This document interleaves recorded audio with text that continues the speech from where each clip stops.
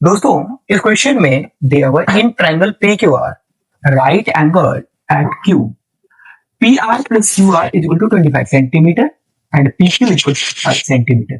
Determine the value of sin T, cos R, sin R and tan P. ये नाम पढ़ के आपको अंदाजा लग गया होगा कि ये किस चैप्टर का क्वेश्चन हो सकता है। तो ये ट्रिगोनोमेट्री का क्वेश्चन है। इसमें हम सबसे पहले हाउ टू थिंक, फिर क्वेश्चन को सोचे कैसे। तो हमें क्या करना है, तो एक ट्रायंगल बनाना है और ट्रायंगल हमने बनाया। इसमें सबसे पहले क्या करना है, हमें दिया हुआ है right angle at Q। Q पर राइट एंगल है, Q पर राइट एंगल है, दैट इज 90 डिग्री। और 90 डिग्री के सामने वाला सबसे लॉन्गेस्ट साइड होता है, सबसे बड़ी भुजा होती है, और ये क्या कहलाता है, हाइपो कहलाता है, कर्ण कहलाता है। ठीक है, उसके बाद हमें क्या करना है, हमें मान लेना है ये P हो गया, ये Q है, ये R हो गया। हमें क्वेश्चन में गिवन क्या है, PR plus QR is equal to 25 centimetre दिया हुआ है। हाँ जी, दिया हुआ है। And PQ is equal to 5 centimetre दिया हुआ है। सबसे पहले मैं ये कोशिश करूंगा कि हमें कितनी वैल्यू निकालने हैं, अभी 2 वैल्यू निकालनी है। हमें PQ दिया हुआ है, ये साइड दिया हुआ है, ये 5 सेंटीमीटर है, ये साइड 5 सेंटीमीटर दिया हुआ है। हमें ये वैल्यू निकालना है, ये वैल्यू निकालना है। 2 वेरिएबल है, 2 वैल्यू निकालने हैं। ठीक है, तो हमें इक्वेशन 2 निकालने होंगे। हम मान लेते हैं कि PR is equal to X है और QR is equal to Y है, यानी कि QR को हमने मान लिया y और PR को मान लिया हमने x। कोई दिक्कत नहीं होनी चाहिए। PR मान लिया हमने x और QR को मान लिया हमने y। अब क्या हम जानते हैं, जो इन दोनों का सम है, अकॉर्डिंग टू क्वेश्चन, जो PR प्लस QR है यानी कि x प्लस वाई जो है, ये कितना है, 25 है। ये हमारा इक्वेशन नंबर पहला है। अगर हम इसको सिंप्लीफाई करते हैं, तो क्या हो जाएगा ये, तो ये हो जाएगा y is equal to 25 minus का x होगा। मैंने x को लेफ्ट में भेज दिया, तो ये हो गया हमारा एक नया इक्वेशन, और इसको मान लेते हैं हम इक्वेशन नंबर 4। उसके बाद हम पाइथागोरस से जानते हैं, बाय पाइथागोरस थ्योरम, कि जो हाइपोटेनिस, जो कर्ण का स्क्वायर होता है, यानी कि जो x का स्क्वायर होगा वो बराबर होगा किसके, परपेंडिकुलर, यानी कि 5 का स्क्वायर प्लस में y का स्क्वायर। इतना तक तो आ जाना चाहिए सोच में। x का स्क्वायर यानी कि x स्क्वायर प्लस सॉरी या इज इक्वल टू 5 का स्क्वायर 25 प्लस में y स्क्वायर, ये आ गया। अपन इसको क्या कर सकते हैं, हम इस y स्क्वायर को इधर ले आते हैं अपन, या फिर आप नहीं भी लाओ तो कोई दिक्कत वाली बात नहीं है, हम इसको ऐसे ही रहने देते हैं। इसको मान लेते हैं इक्वेशन सेकंड। अब यहां पर जो हमने सिंप्लीफाई करके y का वैल्यू लाया था 25 माइनस एक्स, इसको अपन रखते हैं इस सेकंड इक्वेशन में। y is equal to 25 minus में x, put in equation second में अगर हम रखते हैं X square is equal to 25 plus Y square, तो क्या होगा मेरे दोस्त, y की जगह पे 25 माइनस एक्स दे दो, तो एक्स स्क्वायर ये रहने दो, और इधर क्या हो जाएगा 25 प्लस में y की जगह पे 25 माइनस एक्स कंप्लीट का होल स्क्वायर। उसके बाद अपन क्या करेंगे, ये एक्स स्क्वायर हो गया, तो ये एक्स स्क्वायर हो जाएगा इधर 25 प्लस में, अब ये a माइनस बी का होल स्क्वायर, तो ये क्या हो जाएगा, a का स्क्वायर प्लस में b का स्क्वायर माइनस में 2a और b, तो ये क्या हो जाएगा 25 प्लस में 625, 25 का स्क्वायर 625 प्लस में एक्स स्क्वायर माइनस में 25 इंटू 2 50x, इधर क्या है एक्स स्क्वायर।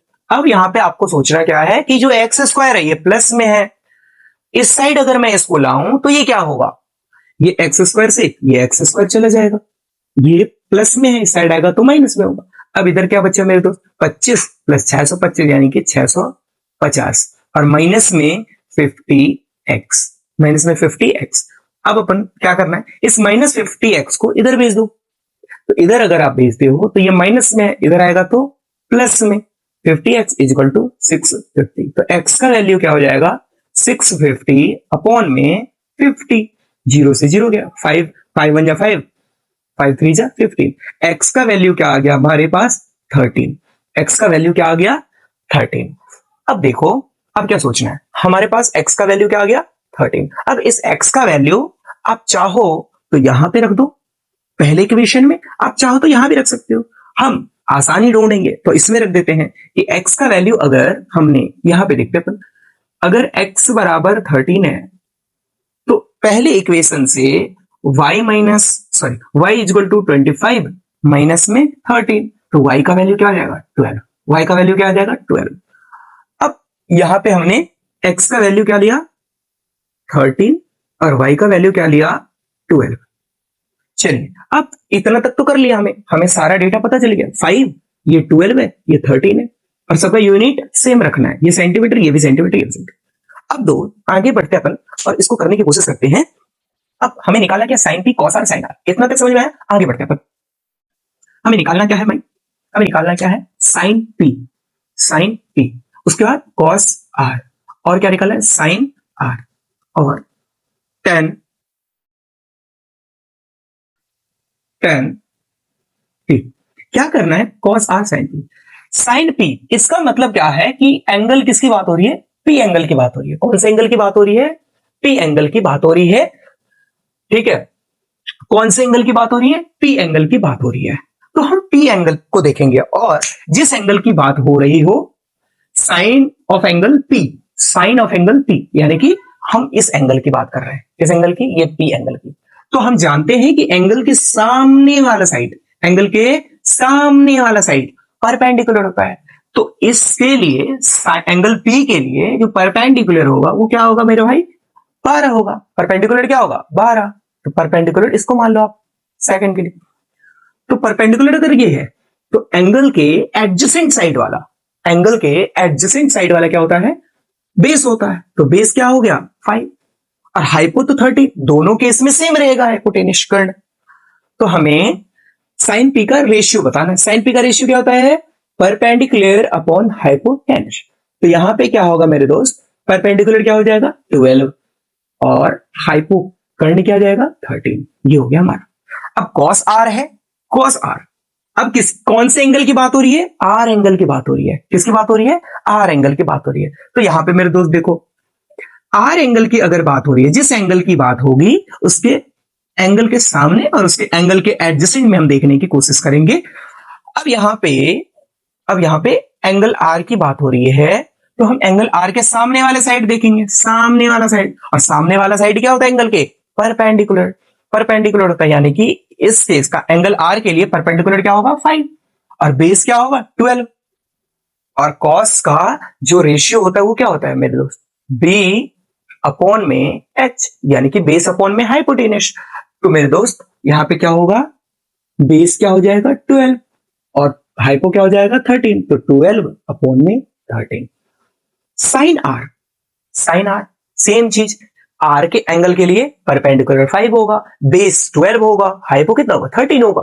तो परपेंडिकुलर 5 है और ये 13 है, तो ये क्या हो जाएगा मेरे दोस्त परपेंडिकुलर अपॉन हाइपोटेन्यूज, ये हो जाएगा 5 अपॉन में 13।